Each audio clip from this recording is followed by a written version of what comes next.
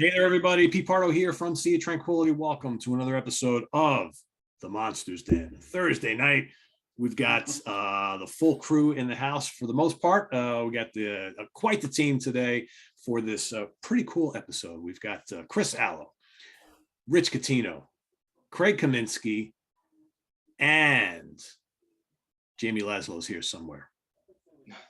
Today's theme is all about 6 really cool, long-standing horror franchises.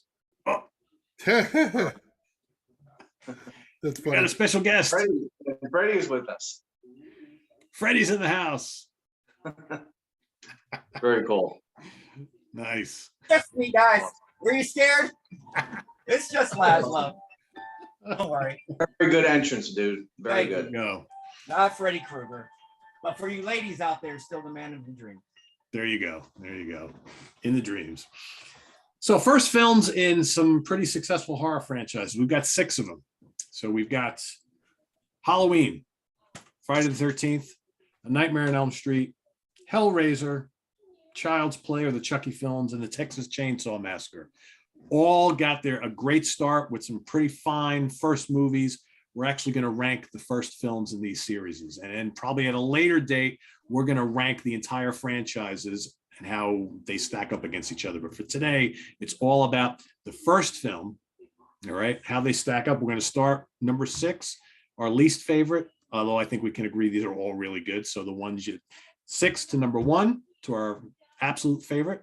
We're going to go Chris, Rich, Jamie, Craig, and myself. Start at number 6. We'll go around. Number 5, go around until we get to number 1. So, Mr. Allo, what do you got for your number 6? Hold on. Okay. Was this muted the whole time when I came out? No, we heard you. No. Oh, okay. Because it was blinking. I was like, oh no. I had music and everything. Go ahead. We heard you. All right, number 6. Yeah, like Pete said, these are all really good. So this was kind of tough. But of the 6, I guess if I had to rank them, I'm putting Hellraiser on the bottom. I just don't like it as much as the others. I still really like it. But it's not my favorite of these 6. I think it takes a while to get going, and there's not enough Pinhead, and that's my number 6. Cool. Rich, what do you got at number 6? Go with Child's Play. Even though I really like it a lot. Chucky was really different for the serial killer when all these lunatics were coming out in the 80s, But I really enjoyed it. I thought he was, great as the doll coming to life. You're always afraid of your doll coming to life when you're a kid, right? Jumping into the bed and stuff like that and looking behind the curtain, whatever doll's in the house. So I thought, Chucky was good. I always was a fan of it, but out of the 6 of them, he's at my 6. Not that I like him any less, but I think I like the other guys more for other reasons. Got you. Jamie. I got Friday the 13th on the bottom. When I was a kid and I saw it, I hated it. I actually looked in my movie diary, and I gave it 0 stars. It's very difficult for a movie to get 0 stars. But I watched it again recently. I'm like, what was I thinking? I was a little young movie snob. I gave it 3 stars. It went from no stars to 3 stars, which is amazing because I will, some of these movies I'll tweak. I'll raise it a 0.5 star, lower it a 0.5 star. Nothing's ever gone up or down 3 stars before. That was the first time. There's nothing really wrong with it. I mean, yeah, it's kind of stupid, but I mean, it's Friday the 13th. So yeah, it's at the bottom because I used to kind of hate it, but now I like it. So there you go. Would it rate higher, you think, if Jason was in it? No, because I knew going in for, when I recently saw that he wasn't in it. I do like that he shows up at the very end because you got this almost like a thriller thing with no supernatural element. And then all of a sudden the supernatural element comes in. But is it a good dream scare. Or is it a good scare? Too. Yeah. So, yeah, but all these 6 movies are good. All of them are good. Yeah, I'd agree. Craig. And I agree. I think all 6 of these movies I think are pretty good. So it's hard to really crap on any of them. And for my ranking, I never saw any of these movies theatrically. I saw all of them for the first time on videotape, or pretty sure videotape. So for my ranking, I'm going to try to put myself in the mindset of the very first time that I saw these, not after I've seen it 10 times, that I kind of liked it. So for my number 6, I'm going to go with Child's Play, also mirroring Mighty Rich. And this came out in '88. I remember seeing this on videotape over at a friend's house, and we liked it. I mean, but we all thought that it was funny for the most part. I mean, the best parts that I can remember in the movie is, oh, isn't that an ugly doll? Fuck you. Those are like the kills in that aren't really the memorable parts. It's some of the little one-liners. And I also remember seeing this after I graduated high school. I was at some party for someone who was younger than me, and they had this movie on, and one of my friends and I, we were just busting on the movie so bad. We were going, Aunt Maggie, like the little kid and everything. And it was just, yeah, I do like the movie, and I will say that the TV series is actually pretty good. It might be better than any of the movies, at least, or pretty much all of the movies. I thought the TV series was pretty entertaining for its first season. But as far as comparing that first movie to these other first movies, I put Child's Play as my least favorite, although I do still like it. Cool. I'm going to agree. I'm going to go with Child's Play as number 6. It might be the most fun movie out of all these, but I think I'll agree with a little bit of what Craig said. Is like I think that it's more notable for the fun and funny aspects of it, and the whole idea of it was pretty, at the time, I think, pretty cool. A killer doll as a serial killer. I mean, that's we've seen how many movies that we've seen in its wake that have kind of taken this concept, right? So pretty groundbreaking, fun. I still think it's probably the best of the whole series, although there's one or two others that are, I think, comparable. But I don't even, what are they up to with the Chucky films now? Like 9, 10? They have 8 movies and a TV series. Wow, Jesus. Well, they know how to milk these franchises, huh? A lot of these have TV series. Didn't Friday the 13th and Nightmare on Elm Street have Friday TV and Nightmare series? also had TV series. Yep. Yeah, in the 80s, was it, or 90s that they did that? Those were in the 80s. Yeah. And Although the Hellraiser Friday series had nothing to do with Jason. Right. Correct. Yeah.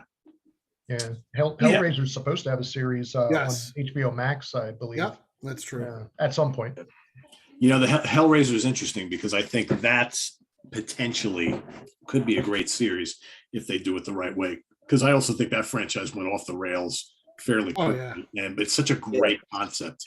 That, I think, out of all of these films, the Hellraiser concept is probably the most unique and the coolest.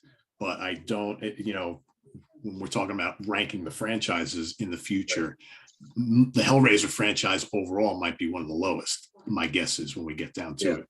So, but I like this. A fun movie, lots of fun actually. But I think I like the other 5 a little better. So, back to Chris. Yep, that's my number 5. Actually, is Child's Play.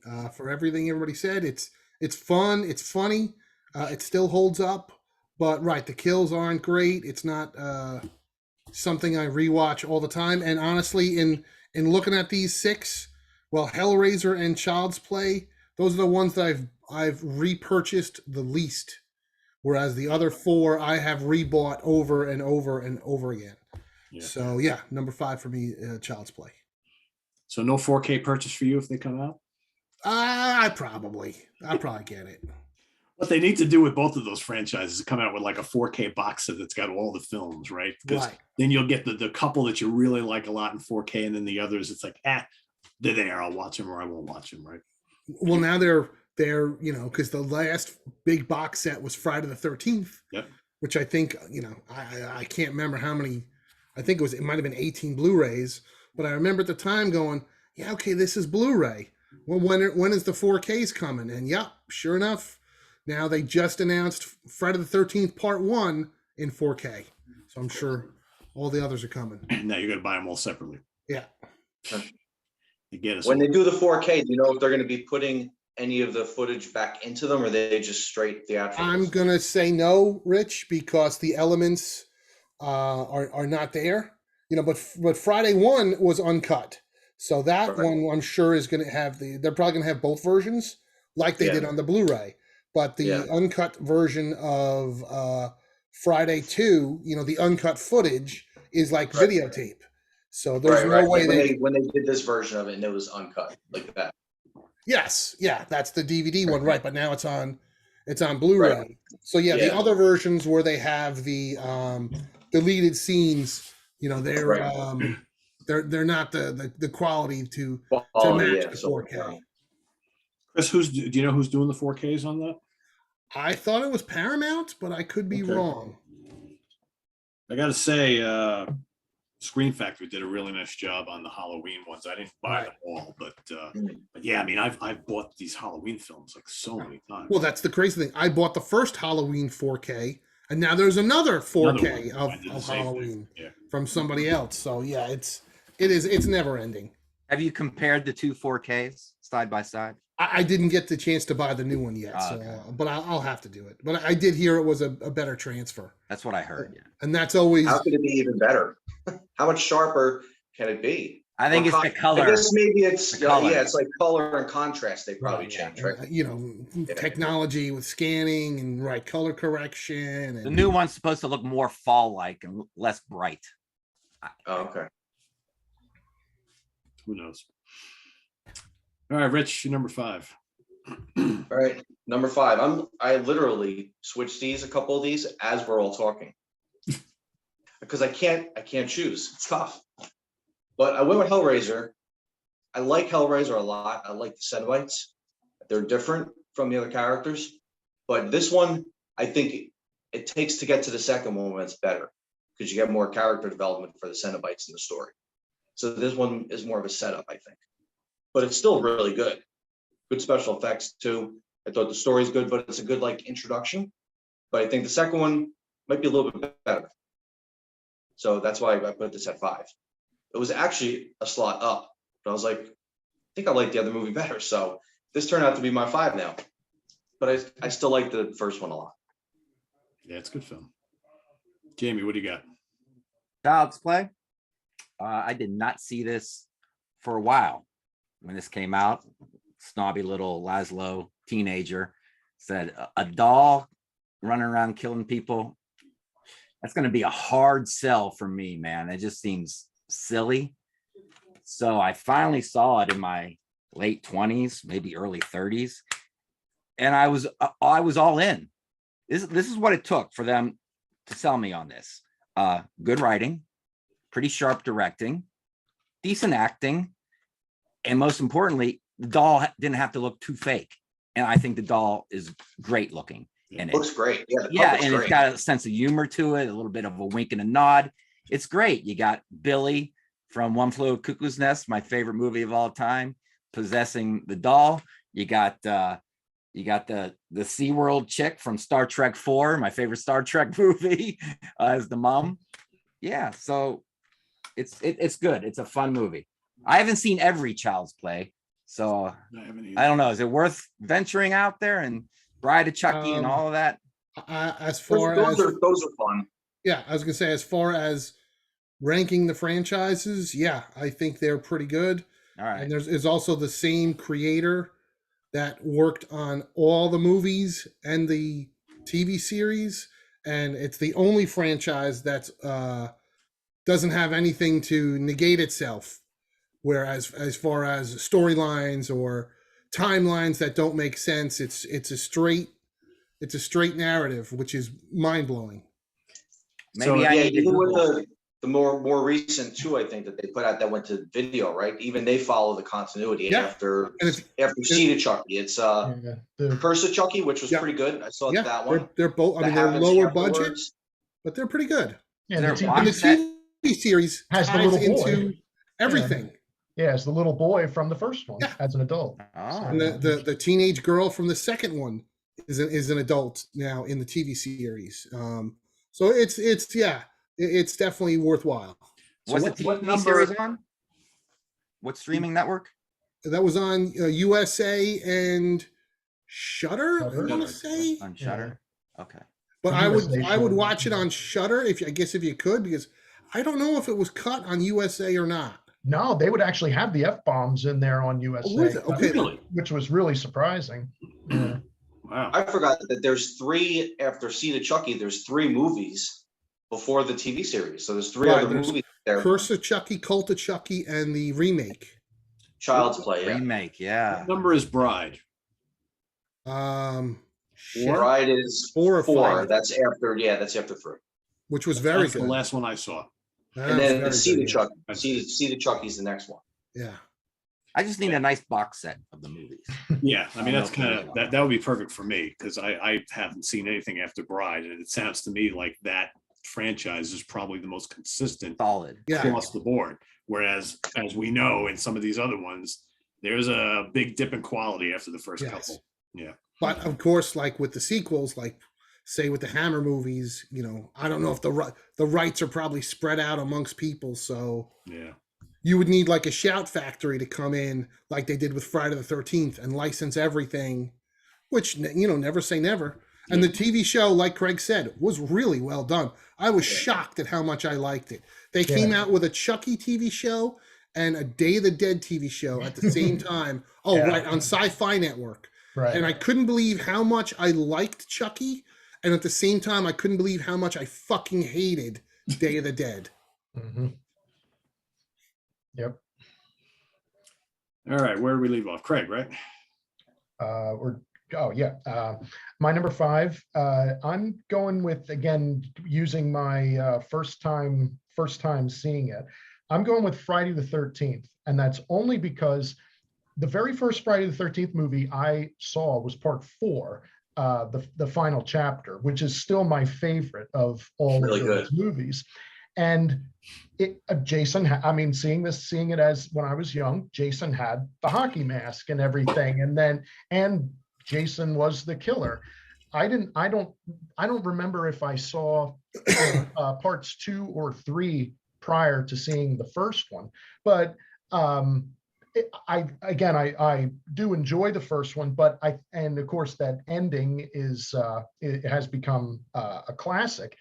But when seeing it for the first time, I couldn't help but feel a little disappointed because after having seen part 4 and everything, although it's like, oh hey, there's Kevin Bacon, and while watching that, since he had become famous by then, but I have it just down a little bit lower. Subsequently, I do enjoy that probably more, but again, just going by seeing it for the first time, I couldn't help but feel a little disappointed when I saw it. Just seeing that it was the mom, that did it. Anybody see any of these in the theaters when they first came out? None of Hellraiser. I saw Child's Play, and yeah, I think that was it. I mean, I saw I saw Friday 2 in the theater, but yeah, not Friday 1. Yeah, I saw Child's Play 2, and I didn't see a Nightmare on Elm Street movie in the theater until the 3rd one. Just Hellraiser. Yeah, Dream Warriors. I saw Dream Warriors. Yeah. Yeah. Yeah, I saw Child's Play and the first Friday the 13th in the theater. That was it. Nightmare I rented. I might have seen Hellraiser, but I don't remember. What year was Hellraiser again? 87. Yeah, I was in college. I saw Hellraiser 2 in the theater. That I did see in the theater, but the first I think I rented because I was in college. Don't think I went to see it while I was in college. So, speaking of Hellraiser, that is my number 5. I agree with Rich. I like the second one infinitely better, but I do think the first is quite good. The second film has so much Cenobites in it, and I love the whole storyline, and I just thought it was much more interesting of a watch, but it's still a cool story, the first one, and there's a good amount of gore, and I like the whole concept of the one dude as he kind of looks all gnarly and then just slowly gets more skin and all that stuff and changes. I think that was pretty well done. But yeah, it's a good film. This is another franchise which I think got a hot start and then just kind of went downhill pretty quickly because I think I've only seen the first 5 and Oof. 3 ain't that good. That's more than me. Yeah. So Well, I think it's safe to say that after the second one, it goes downhill pretty quick. And Oh yeah. yeah, Third one's not bad though. I like the third one. yeah. I saw that one Yeah. in the Well, they had drive. Armored Saint. That was about the best part. Yeah, Armor's But once decent. they had CD Man, I was like, yeah, I don't want an electric toothbrush Cenobite or a can opener Cenobite. Vibrator Just- Man. All right. Yeah, it's, There's 7 movies that came out after part 3. yeah. There's Oh, yeah. 10 movies in total. for- 7, and that's Somewhat not even recently. that's not even including a remake that was in 2022. Yeah, but I don't think that's out yet. That's not out yet. That's not out yet. Yeah, so you got 7 other sequels that were direct to video. Yeah. Yeah, He's not even starring in it anymore, right? he didn't do Doug like the Bradley, last no, he's 3 not or in. something like that. Yeah, I think He did beyond a couple of the. I think after Hell World or something like that, he's not in them. Hellseeker might be the last one. Yeah, or Hell World or Or something like Inferno, that. one of those two. Yeah, maybe. Inferno or Hellseeker, I think. Yeah. Well, he's still showing up at I was gonna say he's still at every convention. He's So at the conventions. All right, number 4. Back to Chris. all right, this was a tough one. These top 4 are all really good. Asking me today on the spot, yeah, I'm gonna go Nightmare on Elm Street. I really like it, but as of today, I think I like the other 3 more. It's well done, but I just rather see the other 3 right now. So yeah, that's my number 4. Cool. Rich. Friday, which I still enjoy, but like Hellraiser, I like the second one better than the first one. Even though the first one's great in so many ways. Second one, of course, has Jason in it, and so it features him. And I like the sack on the head too. When it finally comes off and you see his face, when it breaks through the window, But pretty that darn scary. ending for Friday 2 sucks balls. Oh yeah, it does. It's like they just didn't know how to fucking end it. And the But when he first like breaks through 20 the window, minutes I of the thought that was movie is pretty- recapping That was part pretty 1. scary though. Yeah, I mean that's true. But yeah, I mean they just See his we, face. we don't know where Jason is. What happened to Paul? I don't know. It's a shit show, that ending. And isn't the first like 15 minutes of part 2 like recapping what happened in part Yes. 1? I mean, it's like there's But like that no worked out movie. great for me. I know people complain about it today. Like I remember not that long ago, some asshole kid on YouTube was complaining because he was binge watching them all, and a bunch of them do the recaps. And I even said, I replied, going, "Well, dickhead, this wasn't made for you to binge watch on fucking Netflix in 2022.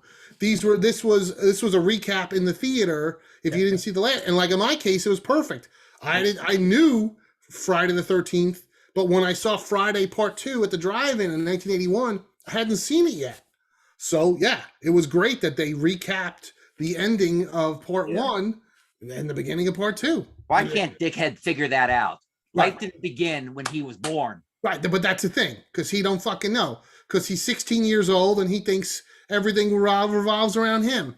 That's why he's the same dickhead that goes to a concert and holds his fucking phone up the whole time, taping it when he knows he's never gonna fucking look at it. But he puts it on YouTube and he looks at all the thumbs up that he gets.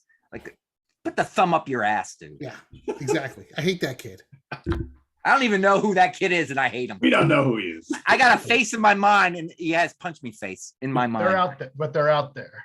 They are. out there. They are. Now But that I'm ending mad. sucks, Rich. I just gotta say. All right, so Rich, you got Friday the 13th at number, where are we at? Number 3? 4? Number 4. 4. Three. Yep. Yeah, cool. No, All right, that Mr. was 4. Laszlo. I'm going with Texas Chainsaw Massacre. I got the steel book there. Wait, I have 3. So this is we're on This we're on was- 3 right now? No, we're on 4. You just did 4, Chris. I just did 4. Was I supposed to go? Nah, then I crossed off 3. Right? We have 6. So I only went 3 times. This is my third pick. Right. Okay. Did we Are we miss all you, good Chris? now? I'm lost. I don't know. I have 6 picks. I went through 3 now. What was the one you just Yeah, mentioned? You we're just on the mentioned third Nightmare. one. You just mentioned Nightmare. Nightmare on Elm Street, yeah. This will be my third, and then we'll be caught Okay. up. All right. Yeah. See, being angry gets you confused. Well, Rich said we're on 4. Then we're not on 4. That's We're what I on was doing. 3. I did my 4th one. Now we're on 3. I blame us all on Rich. Oh, but Rich is going backwards. Which Rich is Matt. going backwards from I just 6. did. Well, I haven't done Yes, my yes. I haven't done my Next fourth one person's either. doing their Oh, I got I'm you. ready He's for my going fourth. down. We're going He's up. going down. We're going up. Yeah. So, Chris, when it's your turn next, it'll be your number 3. But we still Right. got Yes, but fourth pick. That would be Yes, my number yeah. 3. Fourth pick. Fourth thing. When we're I said holding up. we did 3, yeah, I did 3 picks. Yes. But we're on number 4. Correct. Okay. Right, yeah. Now we just gave all the viewers a damn headache, including myself. So, Jamie, your third pick or your number 4? However we want. Fucking Texas Chainsaw There you Massacre. Yeah, it's maybe the first shower movie. You know, the first movie ever made. I can't think of one before this where you feel like you needed a shower. You know, I think that was the first one. You guys tell me. Have you seen one before that? The I don't know if I saw Very, this very- first or it's Maniac, as gritty as it gets. Yeah. but it's close, yeah. I would and, say the original group of need a shower films is definitely this one. Last House on the Left and Maniac. I totally agree. Those Yeah. are probably And I House of would a Thousand Corpses. Very grimy. I spit on your Does it to me. I grave. spit on your I grave. Spit in Your Yeah. Grave. Yes, exactly. Yeah, pretty grimy. The House yeah. of a Thousand Corpses does it to me, Later too. on, yeah. Yeah, later on. Yep. But I love how Leatherface doesn't fuck around in this movie. You know, he doesn't hold the sledgehammer up for effect or tension for the movie. He just comes out swinging, and that's it. And I like how he can run. He's a big guy, and he's carrying that damn chainsaw, and he's running a marathon after these kids. But the thing is, going in this movie, people who have not seen this movie assume that the terror comes from the violence and the chainsaw, but I don't think that's where the terror comes from. It comes from the tormenting of this chick Sally and her screaming and the close I was going to say, the screaming and yelling is crazy. and the close up on her eyes gets very disturbing. And when they're trying to get Grandpa to knock her with the sledgehammer and he can't even hold on to it, and he's kind of making contact and not, and her head's over a bucket. That's where the terror and the camera's going back and forth comes between what's from. happening and all that. It's crazy. Yes. It wears on you. It really wears on you. So it's one of those movies that I respect all to hell. But am I having fun watching this? In a way, yes, but you got to be kind of in the mood for it. But I have it at number, let's not even go there. I have it as my third pick, but number 4. There you go. All right, Craig. My 4 is Nightmare on Elm Street, and we had just ranked this franchise a few weeks ago, and this was is still my favorite of the franchise. But in comparison, again, seeing that for the first time, I saw this one probably in '85, since it came out in '84 on cable, and I was kind of freaked out. So I was watching this by myself, and as I mentioned when we ranked the movies, I kept leaving the room to go tell my brother what was going on, because I was getting a little nervous with some of the parts. But I do like it. It's just I do like the next 3 a little bit better. So yeah, Nightmare on Elm Street for me. Cool. All right, my number 4 is Friday the 13th, first film. It's funny, I was just rewatching Bay of Blood by Mario Bava a couple days ago, and it's just amazing like how much this franchise took from that film. Oh yeah. You know, what a groundbreaking film that was. But yeah, I mean, I think the first Friday is quite good. I enjoy it a lot. Obviously the second film and the third is one of my favorites. The fourth is good too. And here you get that little glimpse of Jason at the very end. Doesn't it really foreshadow what's going to come in the following films? And you have to wonder, was the original Friday the 13th film just supposed to be a standalone? And because it did so well, they decided to take it from there, because it ends like that could have been the last film, and that was it. And we look back on, the great Friday the 13th film. Yeah, that was pretty cool. But we obviously saw that that's not the way it turned out. We got lots and lots of sequels and a iconic horror character in Jason. But yeah, I totally dig it. It's of its time, I think, but that's the appeal of it, I think. So yeah, that's my number 4. And I was pricing that box set today. This one? Yeah, the $100 box No, set. the 18 Oh, disc. the big one. 18 disc. Yeah. Pretty nice looking. It is nice. it's really nice. I mean, the amount of extras, it's ridiculous. I saw that. Yes. Yeah. All right, Chris, back to you. All right. I'm not completely going with Craig's original idea, but kind of, because when I saw this movie, I was completely disappointed and I hated it. But then when I saw the sequel, I loved it. But over the years, I have flipped, and now I love the original and I hate the sequel. And I'm talking about the original Texas Chainsaw Massacre. I was a huge gore fan when I rented this on VHS in like 1983, and it took like, I don't know how many video stores I went to. I sent my dad looking for it. My sister found it at a video store like 5 towns away. So we rented it, and I was so disappointed because it's bloodless. There's no blood. It's, there's some dried up sticky blood, but of course it's not the blood, that's the terror, as Jamie and Craig mentioned. It is a horrifying film, and the way it's shot, it's very realistic. And, in my point of view now, is like, well, Leatherface is the hero of the story. Like, these kids came onto his property. Trespassing. The fucking kids, 2 of the kids break into his house. Let's not forget, this is in Texas. You can fucking kill somebody in Texas for whatever reason, for looking at you cross-eyed. So, like, to me, Leatherface is totally the hero somewhat of the story, but I don't like it as much as 2 of the others. But I am still a big fan of, and the ending I just think is kind of crappy when the big truck pulls up and Leatherface just puts the chainsaw against the truck and then just does a dance. Like, the black guy gets out of the truck and runs away. Like, I don't care how many times I see that fat black guy run away, it makes me laugh. I'm not supposed to, but it makes me laugh.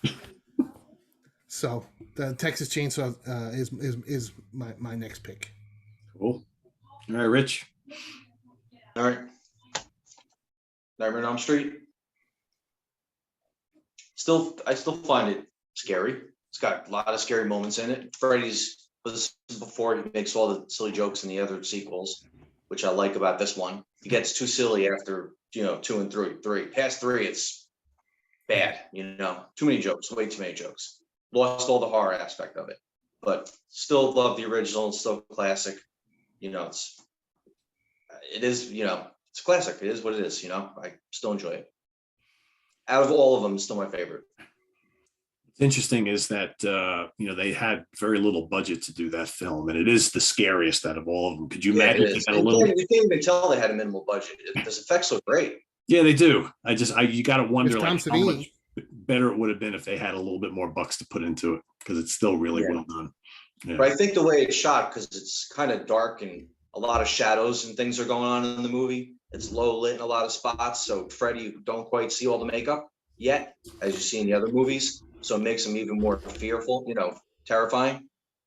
So I appreciate that about this movie too. First time I saw that, I was in college, and one of my suite mates had a VHS player, and we rented that from some little video store in town in New Paltz. And there were like maybe 10 or 15 of us all crowded around watching this film, and it scared the shit out of all of us, because definitely it was something different, back then. This was 84. So what came out before this that was like this, that explored nightmares? I don't think really anything, right? No. It's probably the first of its kind Yeah. out of the genre, right? Out of horror. Yeah, it was definitely something different. So. Yeah. All right, Jamie. I'm going with Hellraiser next, whatever number we're on. I saw it in the theater. I think it was too dark for me at the time, and all the adult characters kind of sucked in their own way. At the time, I don't know if I liked that, because I always looked for one adult to be the hero in a movie at that age. And there's no adult hero in this movie. It in a way, I think it might be the darkest movie of the bunch. Texas Chainsaw is grimy, but I think this is just dark when you got the thing spinning and hooks and pieces of meat are on it and everything. This is what this movie does to me. It makes me go, you know what? If there is a hell, and that's a glimpse of hell, maybe I should start going to church just in case. Just in case. You don't want to be there. Yeah, just because that is one hell of a description of hell in that movie. So yeah, I mean, I like it now more as an adult than I did as a kid. I think I like the darkness. I like the acting. I like the makeup effects. I think I don't need all the demons and what are they called? The whatevers again? Cenobites. Yeah, I don't need them to be in it that much for me. I love Frank's makeup as he's slowly coming back to life. I like how they use the chick to lure the men in with, sex and everything. I love the dad, how he plays a tool. He plays the tool character very well. So yeah, that is whatever number we are on. That's what that movie is for me. Have you guys ever read any of Clive Barker's books? No. Yeah. Did a long That time. guy's got some imagination, let me Yeah. tell you. That's, I think, what makes the Hellraiser, the first couple films, so good. It's because it's basically his stories. And yeah, that guy is he's something else. He's something else. All right, Craig. Mirroring what Jamie just said, my next pick is also Hellraiser. And I have fond memories of renting this and going to friends' houses and watching this. I don't know how many times I saw this when I was 16 or so. I mean, we just love this movie.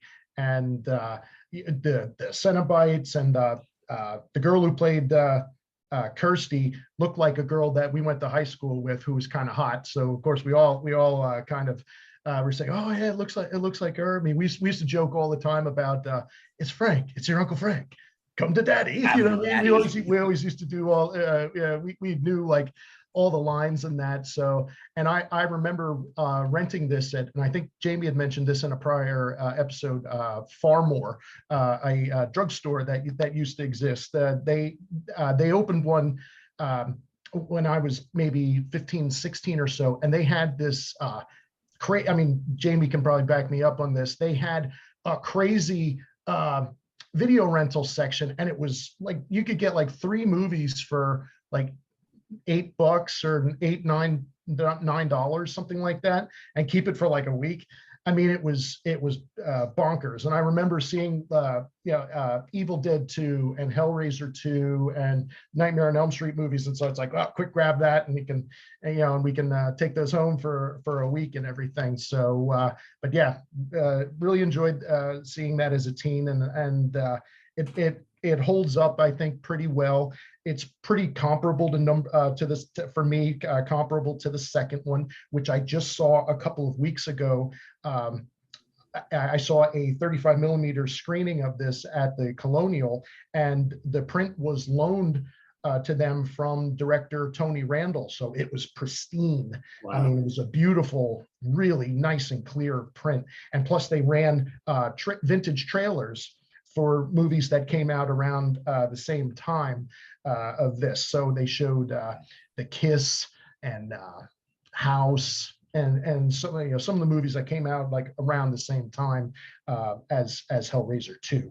But again, really enjoyed the first Hellraiser. Yeah, there's some parts where it doesn't quite answer who are the Cenobites and what are they doing, where did they come from, how does this Rubik's Cube work, and all that. So, but you kind of throw that out the window. And as a teen, we ate this shit up, and we loved it. So that's my number 3. Cool. Just to piggyback though off of what Craig said, it is crazy thinking back, like, wow, besides like video stores, like how many places in the 80s you could rent movies. Yeah. I mean, Craig mentioned a drugstore. I used to go to Grocery stores, 7-Eleven, Convenience grocery stores. stores, Yep. Convenience stores. There was a big deli by my house. They made the best roast beef sandwiches, and you could go in and rent Dawn of the Dead. I mean, it's crazy now. They would have back, that thing that looks like a comic book. the spindle, yeah. Yeah, the spin thing with a movie on it. Yeah. With styrofoam stuck in the inside box. of it. Yeah. The very first movie that my brother and I rented when my mom got us a VCR. This was in like '87 or so. We went to the grocery store and we rented Highlander. That was the very first movie that I remember renting. And and the grocery store actually had a pretty good selection there. Right. I mean, it was like a Crazy. wall, See? you know, and not like Blockbuster, because Blockbuster I don't think existed at the time. Where you had privately owned places like around me, we had West Coast Video and drugstores and places like that. So that's where we rented everything. Yeah, and my place near me had Missing in Action when it came out. One copy. It took me a month to finally get to rent Get it right. because they only had one copy and it was on reserve. People, as soon as it came in, it went out. Yep. You see 16-year-old out there who doesn't know jack shit. This is how it used to be. Mhm. It wasn't always easy, except when you were renting like the obscure horror titles, right? And all the international stuff, because those would always be there. They'd be down in the corner. You'd walk down, it's like all of a sudden you'd see these big lavish VHS boxes with these, you know, I remember when all the Fulci films came on VHS. Oh yeah, the big Nobody box. be renting those. You could always get those. I'm like, oh, look at that. Got to get that. And the teen sex comedies, we rented those like all the time. You know, the Hot Dog the movie and Hard Bodies and all that. You know, at like 14, buddy of mine, it's like his dad would watch it when we were done with it. He would go, "Oh, this one looks pretty good. I'll watch it later after you guys leave." You know, and that. So yeah, great memories of renting movies. Yeah. It's really, it seems like forever ago, right? Yeah. It's just a normal thing you did. You know, we had cable. I think we got cable in like 79 or 80 or something like that. But even then, it's like they weren't showing a lot of good movies, and some of the stuff was late at night. And depending on what your parents wanted you to watch or not, it wasn't always easy to see good films on cable for a few years yet, anyway. So. Oh, well, you remember too, Pete. They used to repeat everything over and over and over again on cable. In the early days, it was like, oh God, this again. Because you would get like on HBO, you would get like maybe 5 movies for the whole month, right? And one new one, and the other 4 were like old, you've already seen before, and they showed them nonstop Over and over again. TV series, you know, they maybe had boxing or some kind of sports, and that was it. It was very basic back then. HBO, hey, Beastmaster's on. There you go. True. Yeah. All right, my number 3 is the first Nightmare on Elm Street. I kind of talked about it before, but yeah, very, very cool film. I still think my favorite, based on our ranking recently, I think my favorite is still the third one, Dream Warriors. But that one and the first one are, you know, by far the best in the series, in my opinion. It's scary, it's creepy. You know, Freddy was just a great character introduced at that time, and such an iconic actor to fill that role, right? There's nobody else can play that role. And good stuff, and good cast too. I mean, one of those, that's the one thing too. I think most of these films have pretty good casts that you kind of like, you know, even if you don't like the characters much, you enjoy watching them on the screen. That's important. So yeah, Nightmare, my number 3. Back to Chris. All right. My next one is, excuse me, the original Friday the 13th. I really enjoy it. I think it's great that it's a woman that's a killer. That's the, you know, I mean, this is the second slasher. So I think it's great that they went in a little bit of a different direction. Just to this day, I always hate the ending. I mean, I love that she gets her head chopped off, but to me, it's like the Scooby-Doo ending that you fucked up, because we don't see Mrs. Voorhees till the last reel of the film, and she comes out and she's like, "Oh, it's me, Mrs. Voorhees." But I'm like, wait, we never saw you in the rest of the movie. Like, all they needed to do was like show her in the diner. And like, oh yeah, who's that? Oh, that's Mrs. Voorhees. She used to work at Camp Crystal Lake. Oh, okay. Like I'm like, I know they did it on a tight budget, and they didn't have what's her name for too many days. But I'm just like, Jesus, yeah, like you fucked that up. It's like they did in Psycho. It's like they did in Psycho 2, like we had said last week, because they established the old lady. It's not like they just threw her in there and some random old lady shows up and says, "No, I actually killed everybody." You know. Yeah. I mean, every time, I still love Friday the 13th, but every time I watch it, I'm just like, oh, yeah, Mrs. Voorhees. Like, we're supposed to know who the fuck you are. And then, of course, a minute later, you find out she's the killer. But I'm like, that's not quite, you know, you take the mask off. It's the Night Watchman with Scooby-Doo. That makes sense. So, anyway, but I still love it. And every time they chop her head off, I always look for the 2 little toothpicks. So there's 2 little toothpicks that held the severed head on. And I loved it because, like I said, Sure, that was the ending of part 1, but the first time I saw it, it was the beginning of part 2. They do give you a hint that the people getting killed knows the person killing them. Because one guy goes, "Hey, how you been?" or something. Right, yes. Before he gets That's true. That was was it Steve, the guy with the glasses? Yeah. And the shorts that are way too tight? Yeah. But yeah. Don't you love in these, like, these days, when you watch these like older horror films that were obviously shot on minimal budget, and you're watching these films in like high definition now, and you can see all the little things that they used clear as day. I mean, it's crazy. I was watching Mario Bava Hercules movie from like the 60s or maybe the early 70s. I forget exactly when it came out. And man, there's these scenes where they have these like bat creatures that are like flying around, and you can totally see the pulleys that are like attached to them. And it's like ridiculous. But back then, when you're watching these films for the first time, you don't see any of that. It looks really cool. Wow, how did they do that? Now you watch it on Blu-ray and you're like, oh yeah, look at that. That's Oh yeah, I know I mentioned it before, and it's only DVD. I can only imagine how it looks now on Blu-ray.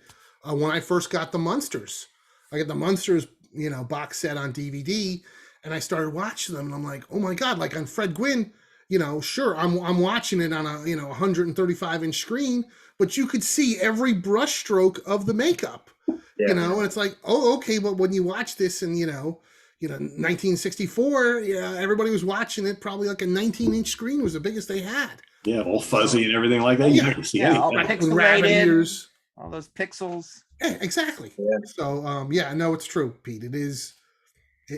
Yeah. Crazy. All right, Rich, number 2. Number 2, Chainsaw Massacre. For all the reasons Jamie said and everybody else, I can't say any more about it. It's great for the grittiness of it, the screaming, the running around, the sound of the chainsaw, how big Leatherface is, compared to everybody else. Everything about this movie, I still really like a lot. There's so many, the cinematography of it, when the sun is, I forgot if it's coming up or coming down out there, and you can feel that, you can see the heat when they're filming this movie, how hot it was out there. Like this is as real. I think at the time when I saw it, probably in the early 80s when it was on, was it even on HBO? I don't even know. That's cinematic. Yeah, I think I saw it. I probably rented it. I think I probably thought it was real at the time. Like some of this was actually really happening, because it looks so real. I didn't know any better, but that's how good it looks for the quality of it for that time period. Plus, this is what, 74? Yeah.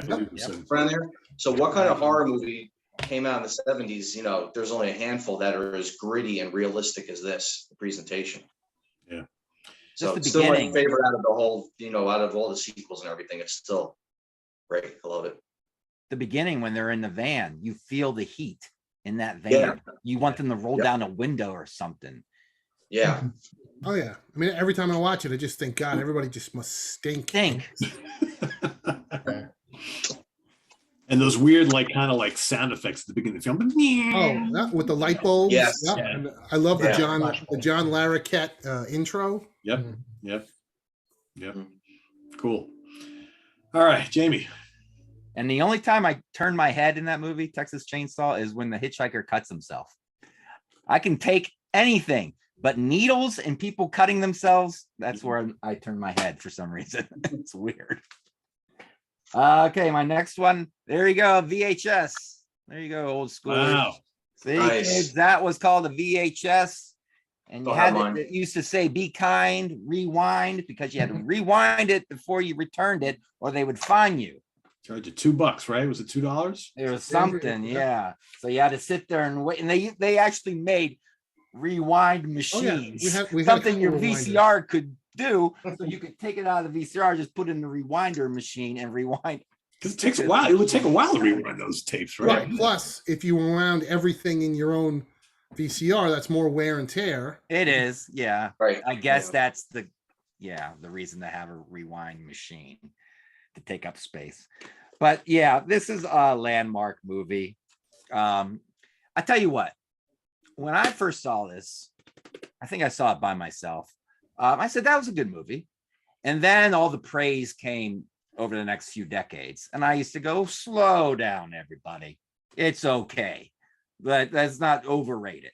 But I've come to learn that I think the quality of the movie, I don't think is overrated, because I think it's a great movie. I think it's John Carpenter's second best movie next to Thing, which they watch in this movie, the original Thing, which is kind of cool. What is maybe a little overrated is when I see it number 2. Exorcist is normally number 1, like number 2 or 3 scariest movie of all time. I don't know about that. The scene in the closet, I'll give you that. That's iconic scene, and that is kind of scary. But I don't think it's like, I don't even know if I put it in my top 10 scariest movies of all time. But it might be in my top 10, top 20 favorite horror movies of all time. So yeah, and the 4K, I got the 4K, the newer 4K, and it looks great. Comes with 3 discs: the new 4K, the Blu-ray with a 4K scan, and like the original Blu-ray with the color scheme that had. You know, that's for intense people who want to put all 3 in at the same time on 3 TVs and compare them all and then do a video about it, because I know people are out there on YouTube doing that sort of thing, and it's interesting, and they'll put up the comparisons for you. But yeah, get that Halloween though. It's a good one if you want to buy it on 4K. Does that come with the TV version too, or just theatrical? No, and I do wish it had this cover though, because man, I love that cover. Yeah. Nice slipcase though on this. You're not throwing that one away, Pete. No, I will not be throwing that one out. They don't take up that much room. No, they don't. And this one, there's probably people selling this for like $30. This nice hard slipcase. Not See? cheap ones. I learned, Mr. Laszlo. I learned. Keep those slipcases, man. Yeah, I just think, man, like if you were a comic book guy, if they sold comic books with a slip cover, would you throw the slip cover out? No. All right. Do you throw them away on CD if it's the same cover as the book? Yes. Oh, you're breaking my heart, Pete. If I get a CD, I hardly get any, because most of the CDs now are digipacks. But like, okay, if I get a CD where it's got a slip cover and it's exactly the same as the regular cover, I get rid of it. The Curse of the Collector show that we do, you're not allowed on it anymore. Okay. You give me access, I'll host the damn thing. Sorry, that's an hour and a half. I'll get back. I'll send it to you, and then you put it on the damn YouTube. That's fine. I could use that hour and a half, so that's fine. All right, Craig, number 2. My number 2 is Texas Chainsaw Massacre, and I did not see the original until I was well into my 20s. And to piggyback what Chris had said earlier, this was one of those movies I probably would have had better luck trying to rent Debbie Does Dallas or Behind the Green Door, when I was a teen. I do not remember any place that we would go to rent movies having this. The only clips that I ever saw of Texas Chainsaw was from an anthology movie that was made in 1984 called Terror in the Aisles, which is hosted by Donald Pleasance and Nancy Allen, and it's just a whole bunch of different film clips. So they showed some the scene where the girl is in the room filled with the bones, and Leatherface comes in and grabs her, slamming of the door shut and everything. And so that was really all, and just a few clips from that. So by the time I got to see this movie, I was, again, well into my 20s. And so it had a lot to live up to. I already knew ahead of time that it wasn't necessarily as graphic, that it was more suggested, and that it was eerie. And as you've all said, with the heat and the oppressiveness and the scuzziness of the movie. So I kind of knew that going in, but from seeing it the first time and seeing those parts, I mean, I never knew any of the parts with the sitting around the dinner table with Grandpa and the extreme close-ups of the eyeballs and things like that. I mean, it was freaky. And, as goofy as the ending is with the, with the chainsaw dance, it is, you kind of look, you see it now, and it's, I don't know, it's kind of weird and yet cool in the same way when, she's laughing or whatever in the back of the pickup truck, all bloody and messy, and there he is just, having a great time in the middle of the road. I mean, so after having it had like a lot of buildup, and I'm glad that it didn't disappoint me, but it's not a movie that I would frequently watch very often. It's just because of its it's really intense in my opinion.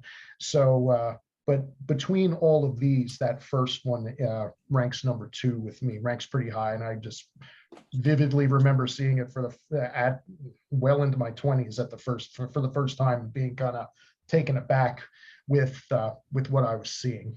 So, Chris, was Chainsaw one of the video nasties? Is that maybe a reason why it was hard to find for a while? Well, video nasties though didn't affect us because the video nasty list was in the UK. Yeah, true. So we were totally fine. There was no ban on Texas Chainsaw.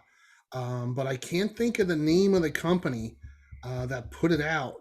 But it was a small original run. And I'm sure an original VHS from the early 80s goes for bucks. But it was hard to find. It was not like Halloween or Dawn of the Dead, which was at like every video store. Or, like Craig said, Debbie Does Dallas. Like you had a, like I said, I remember sending my family out to hunt for Chainsaw because the only other way to see it, you could buy it through the back of Fangoria, the VHS, but it was like $90. And, I was 12 years old and I wasn't going to, I didn't have $90. Or for me in my area, sometimes some movie theaters would have midnight showings of it, kind of like with Pink Floyd The Wall and Rocky Horror and things like that. So every once in a while, I would see in the newspaper that Texas Chainsaw was being played at some theater, but only at like midnight or something. And I was just going to say, as a 12-year-old, I'm not going to right. Who's going to take me at 12 years old? Right. Like I wanted to see Dawn of the Dead at a midnight showing in 1981 instead of E.T. But when I was with my aunt and uncle, they were like, "We're not coming back at midnight." I mean, I begged, but they wouldn't do it. So it was just you couldn't find it, so that's how I didn't see it for so long. But come on, Chris, come see ET with us. You'll really enjoy it. Oh, I did. Never see mind it, that Texas Chainsaw Massacre thing. I went, but it's not quite the same. Not quite the same, right? All right, my number 2 is Halloween. Killer film. I agree with what everybody said. It's one of Carpenter's best. Your mileage may vary whether it's this or The Thing. I mean, those are generally speaking 2 of the 2 films that most people kind of cite. But I mean, I don't know about whether it's scary anymore, but I still get really jacked watching it every year because I generally try to watch this at least once a year right around Halloween time. It just seems to be like the thing to do. And it's just what I think is great about this first film is that, Michael Myers is not this unstoppable, creature that he becomes in the later films. This is like, you don't know much about him. He kind of comes and goes throughout the film. He's kind of a bad dude. At the end when he falls out of the window and he seems like he's dead and then they look and he's gone, something's up with this guy, that he's, something extra special. But it's just a great film, great cast. Great cast. I love the scene where he's just standing across the street looking at the house. I mean, it's so ominous. They're really good, really well done. It's creepy as all hell, which I think is what it needs to be. But that's my number 2. Back to Chris. All right, that's my number 1. My most purchased of all these movies. I mean, I have multiple VHSs, Laserdisc, a couple DVDs, 2 Blu-rays, only 1 4K at the moment. I'll have to get that second 4K. And I have my own 35 millimeter film print of Halloween, which I ran at the local movie theater. To me, of any movie on this list, it's a perfect movie. I wouldn't change anything, from the score, which is so simplistic, but works so great from Carpenter, kind of like a Goblin score.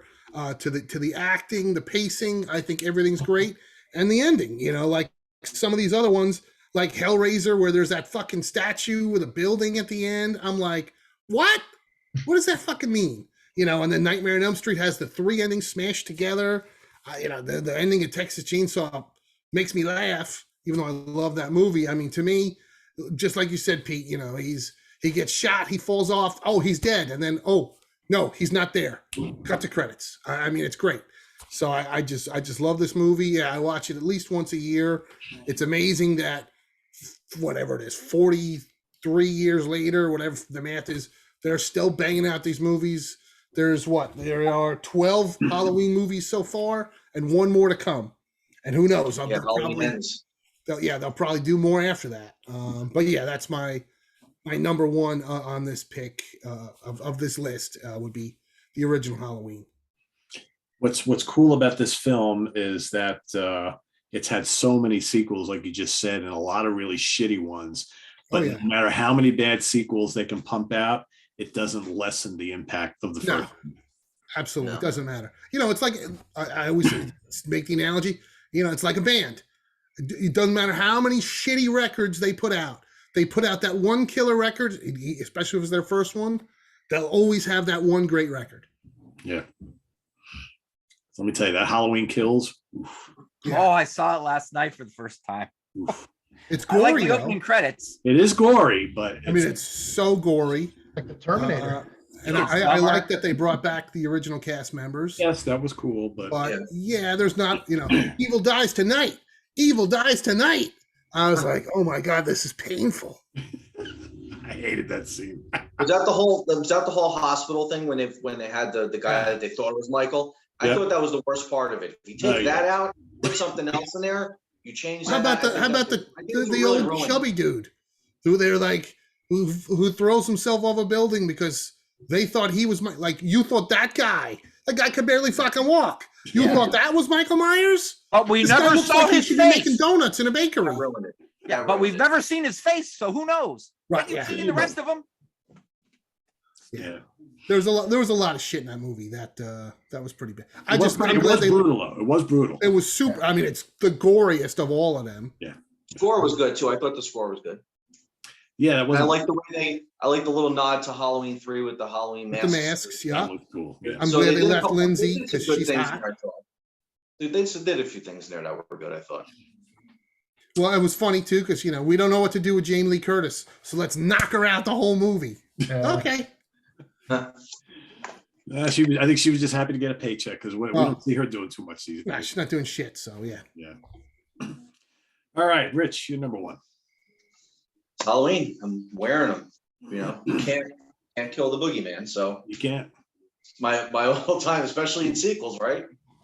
Just goes on and on. But the original is my favorite. Didn't get to see it in the movie theater because I was too young at the time. But I think it was HBO that I came out on, right? I remember seeing it on that when HBO first came out, and I really couldn't see it because my parents wouldn't let me watch it. But I was sneaking watching it when it was on the TV. It scared the crap out of me. The music, Michael's simplicity, the way he shows up in the night as just watching everybody else before he kills them. The whole closet scene when he pins the guy to the wall. There's so many moments in this movie. The music with the leaves blowing. It just feels like Halloween. It looks like Halloween. The music, everything comes together, and it's the Halloween season. Yeah. So I always am synonymous with this movie and the season starting. Whenever I see the image, the cover, Michael, the poster, everything about it just brings me to that time of the year. And it is interesting. It's my all-time favorite. What's that, Chris? I was going to say, it's interesting how everybody refers to Michael Myers as Michael Myers now. But if you guys remember, if you guys were readers of Fangoria and Famous Monsters, back in the early 80s, he was always referred to as the Shape.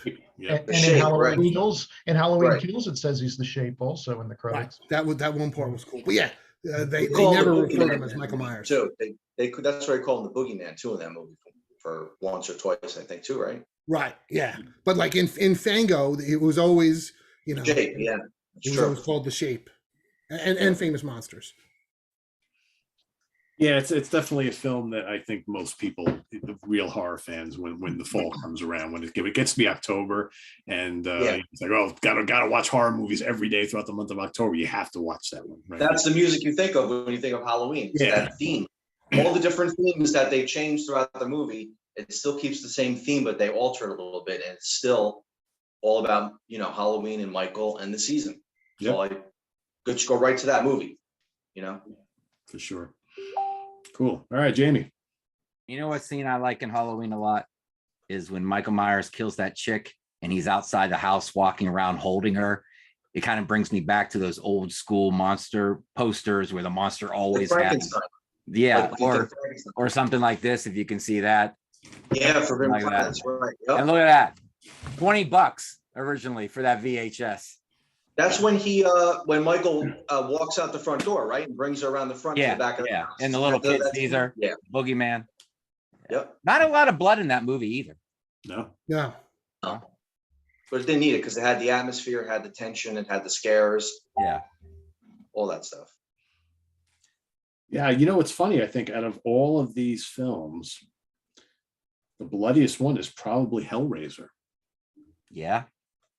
Yeah. And, Just goes and to the first show you, Nightmare on Elm Street, really- first Nightmare on Elm Street is pretty Well, bloody. because too. I mean, when Johnny Frank Depp being gets it, resurrected, he- you know, He explodes in a volcano of blood. Yeah, he has a lot of blood. yeah, but Yeah. Frank coming back in Hellraiser is all Yeah. snotty and Friday the 13th Yeah. got some blood too, a little Yeah, a bit. little Yeah. bit, yeah. yeah.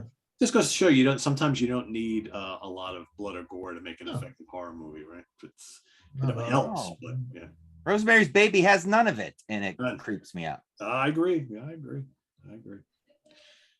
All right, cool. Where do we leave off? Jamie. Jamie, yeah. Nightmare on Elm Street.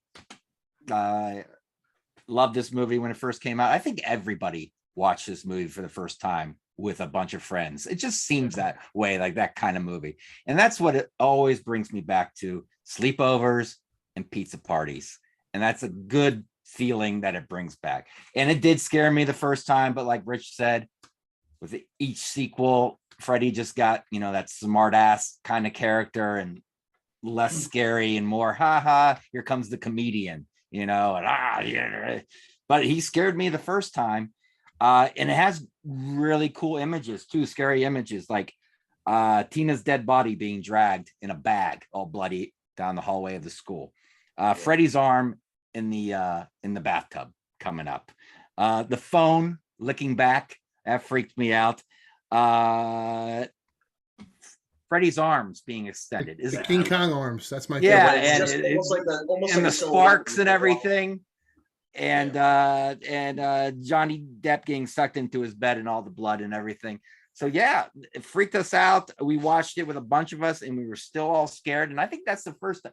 Did I see this before I saw The Exorcist?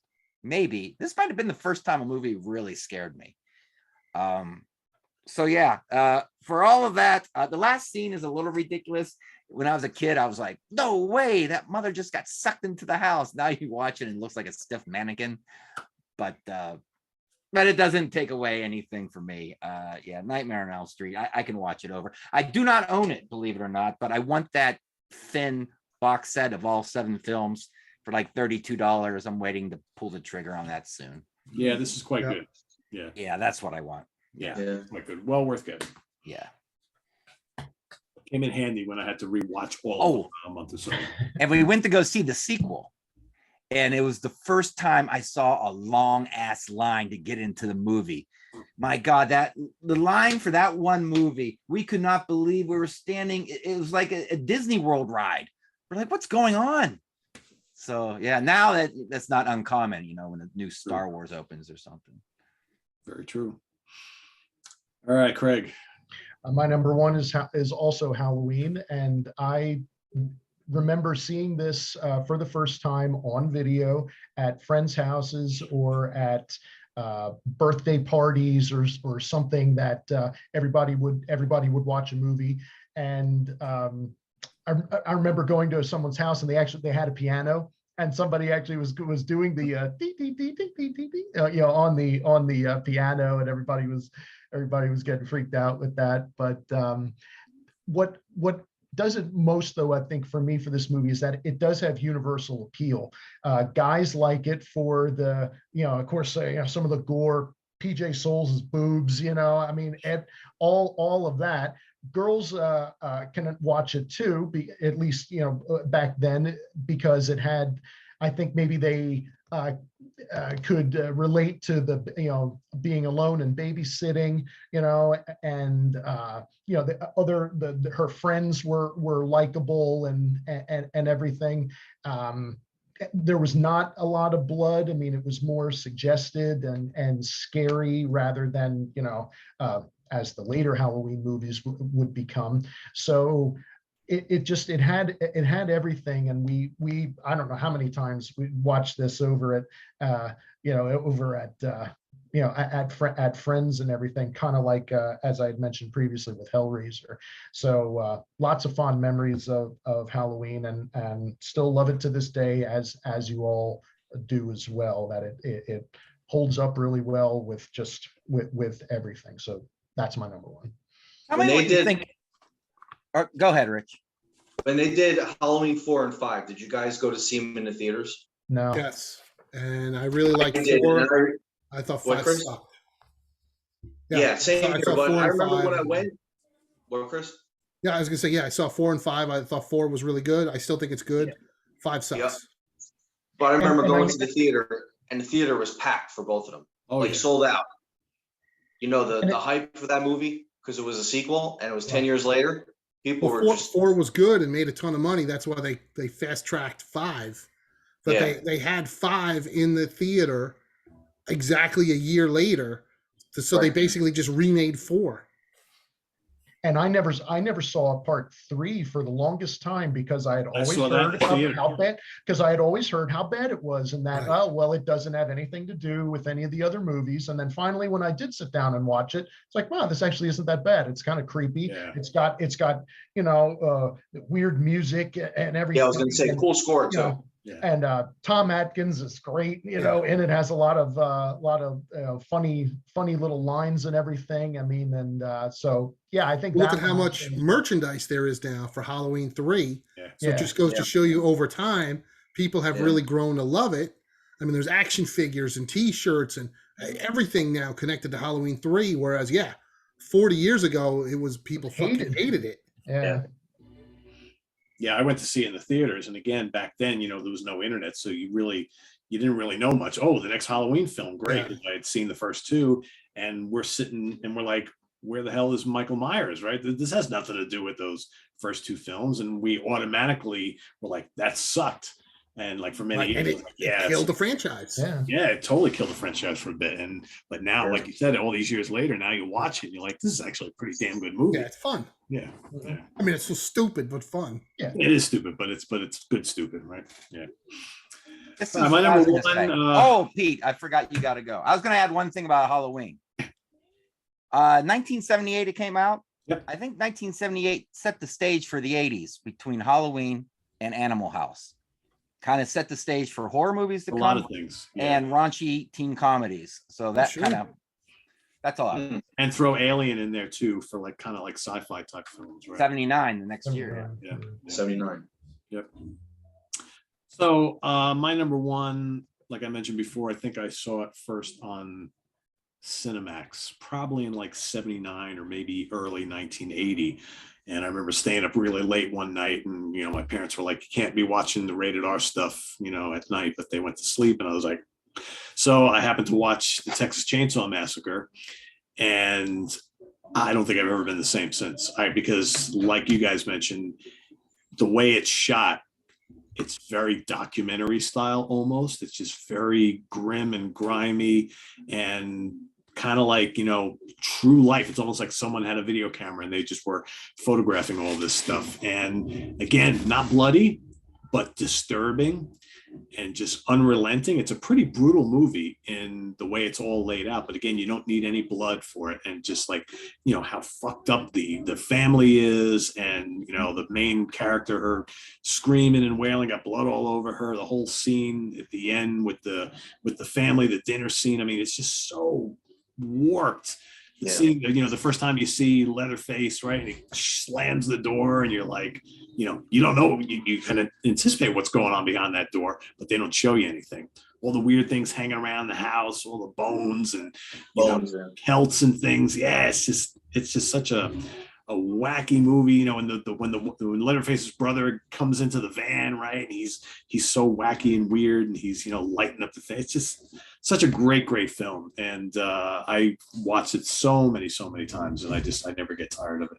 So yeah, even though the ending is a little wacky and whatnot, but I love the kind of unrelenting brutality of it. But again, it's very reserved compared to later films. I mean, that's the one thing about, I think, some of the sequels, which, they kind of retell the same story and over, and they make it way too bloody, and they're just not fun to watch. Whereas this is just, to me, I can watch these over and over again, and they're perfect the way they are. And anybody see the most recent Texas Chainsaw Massacre? Still need to. I almost Yes, did last night, but I did Halloween. I saw it.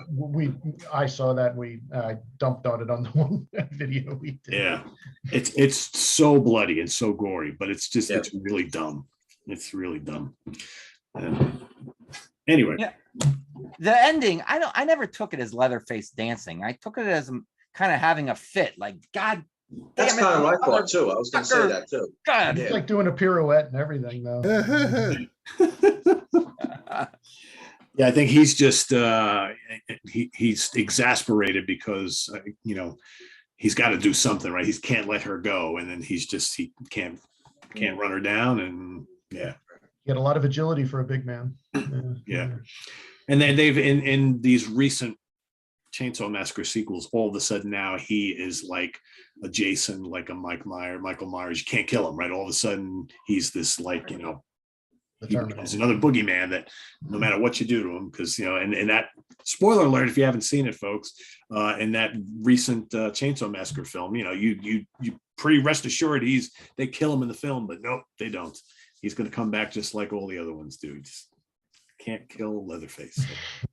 So. And I saw the hitchhiker reprised his role in some heavy metal video not too long ago. I was Googling him last night. It's out there if you want to see it. It's out there. So there you have it, everybody. Ranking the first films in some of these great franchises here. Not ranking the entire franchises, Not ranking the entire franchise. which is an episode to come. Yes.